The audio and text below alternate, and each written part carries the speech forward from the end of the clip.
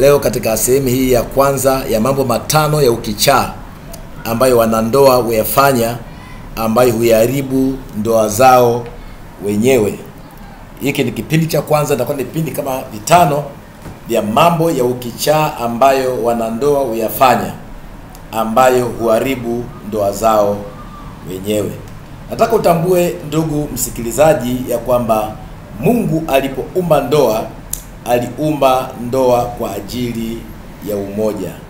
Biblia inasema toka kitabu cha Mwanzo sura ya 2 mstari wa 24, mwanamume atamwacha baba yake na mama yake, naye ataambatana na mkewe, nao watakuwa ni mwili mmoja.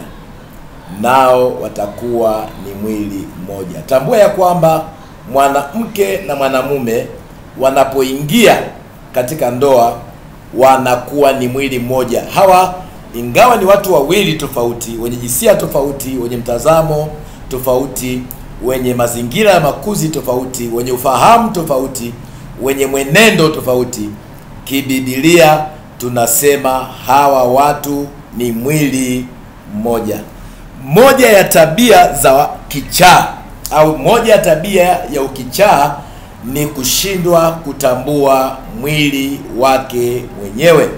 Kichaa ni mtu ambaye hana akili. Kichaa ni mtu ambaye ufahamu wake umeharibika.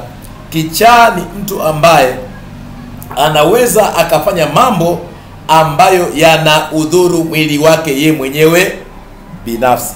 Ukisoma kutoka kitabu cha Marko sura ya 5 kuanzia mstari wa 2 mpaka 15, tunakutana na historia ya mtu ambaye alikuwa hana akili timamu. Kijana huyu Biblia inasema ya kwamba alikuwa anakaa makaburini. Kijana huyu alikuwa anakaa milimani. Kijana huyu alikuwa akilia usiku na mchana, na kijana huyu alikuwa akijikatakata mwili wake. Kwa kuwa alikuwa hana akili timamu, huyu kijana aliinuka na viwembe na visu na kuanza kujikatakata mwili. Kwa hiyo tunatambua ya kwamba mtu mwenye akili timamu hawezi kukatakata mwili wake ye mwenyewe binafsi.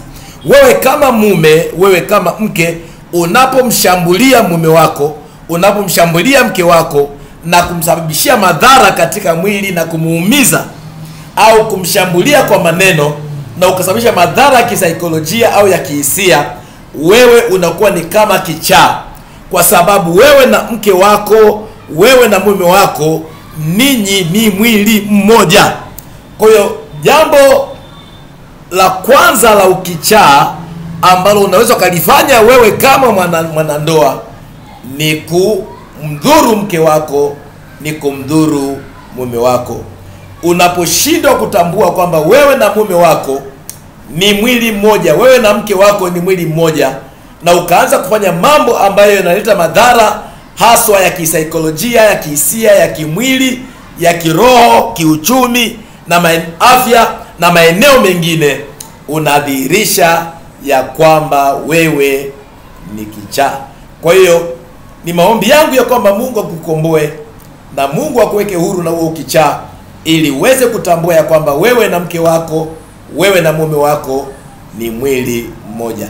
Haijalishi nini kinachotokea katika ndoa, haijalishi nini mume wako amefanya au mke wako amefanya, mtu ambaye ana akili timamu hataweza kumshambulia mke wake, hataweza kumshambulia mume wake na kumsababishia madhara. Mtu mwenye hekima ukaa chini na kufikiria nini cha kufanya ili kuweza kuleta utatuzi katika mahusiano, utatuzi katika ndoa, utatuzi kwenye kile ambacho mwenza wake amekifanya ambacho sio sahihi.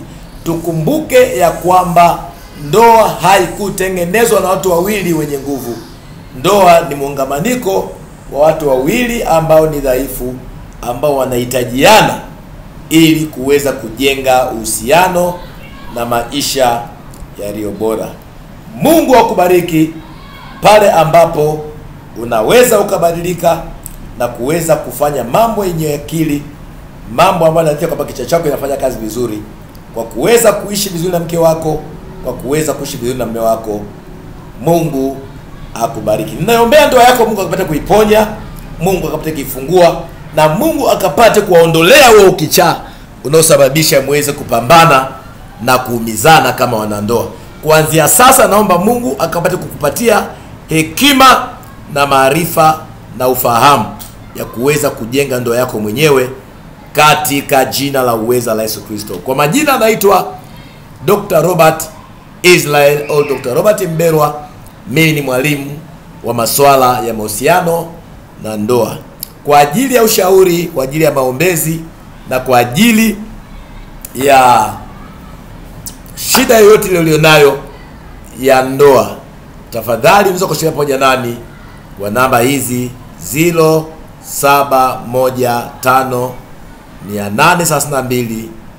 0715832005. Mungu akubariki. Tukutane kwenye kipindi kingine katika jina la Yesu Kristo.